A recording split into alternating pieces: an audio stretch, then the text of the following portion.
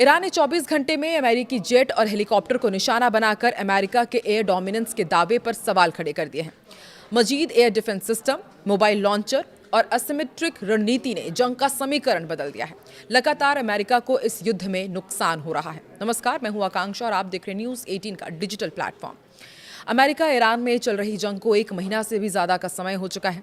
America लगातार दावा कर रहा था कि उसने ईरान के आसमान पर पूरी पकड़ बना ली है, लेकिन पिछले 24 घंटे में जो हुआ उसने इन दावों की हवा निकाल दी है। सिर्फ एक दिन के अंदर अमेरिका के 2 जंगी विमान क्रैश हुए हैं और 2 ब्लैक हॉक हेलीकॉप्टर ईरान की फायरिंग की चपेट में आ गए हैं।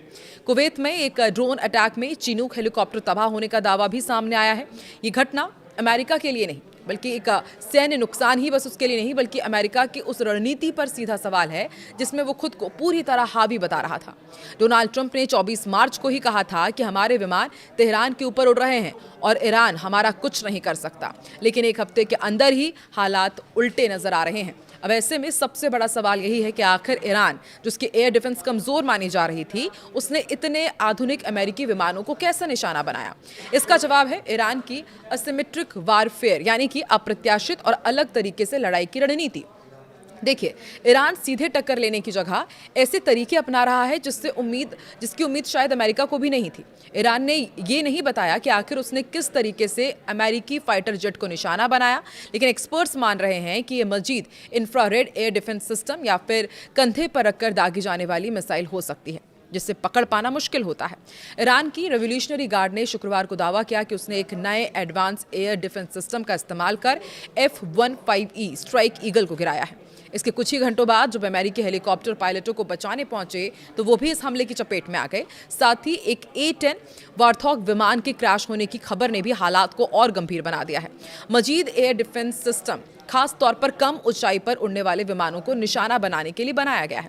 इसकी सबसे खतरनाक बात यह होती है कि रडार पर निर्भर नहीं करता, ये इंफ्रारेड तकनीक से काम करता है, यानी विमान की गर्मी को पकड़ता है और फिर हमला करता है। और यही वजह है कि पायलट को हमले का तब तक पता नहीं चलता जब तक बहुत देर ना हो जाए।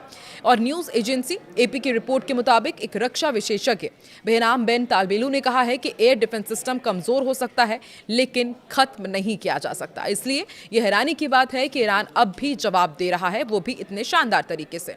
वहीं ईरान ने अपनी रणनीति में एक और बड़ा बदलाव किया है। अब वो स्थिर ठिकानों की जगह मोबाइल लॉन्चर और भूमिगत ठिकानों का इस्तेमाल कर रहा है। और रिपोर्ट्स के मुताबिक ईरान ने अपने मिसाइल सिस्टम मिसाइल सिटीज यानी कि सुरंगों और गुफाओं में छुपा रखे हैं। CNN की एक खबर के मुताबिक अमेरिकी खुफिया रिपोर्ट में कहा गया है कि लगातार हमलों के बावजूद ईरान के करीब आधे मिसाइल लॉन्चर अब भी सुरक्षित हैं। मोबाइल लॉन्चर की खासियत ये है कि वो हमला करके तुरंत जगह बदल लेते हैं, यानी मारो और भागो की रणनीति अपनाते हैं। इससे उन्हें पकड़ना बेहद मुश्किल हो जाता है। ये घटनाएं दिखाती है कि ईरान का एयर स्पेस अमेरिका के लिए पूरी तरह सुरक्षित नहीं है और एक्सपर्ट्स भी मान रहे हैं कि अब ईरान के ऊपर एयर सुपीरियरिटी हासिल करना आसान नहीं होगा, खासकर जब ईरान नई तकनीक, मोबाइल लॉन्चर और छिपे हुए ठिकानों का इस्तेमाल कर रहा है। लेकिन इसका मतलब ये भी नहीं है कि ईरान जीत रहा है। अमेरिका अभी भी ताकत में ईरान से काफी आगे है। आपको क्या लगता है, एयर डोमिनेंस में यदि ईरान अमेरिका से आगे निकल जाता है तो फिर युद्ध की दिशा क्या होगी? कमेंट सेक्शन पर अपनी राय जरूर बताएं।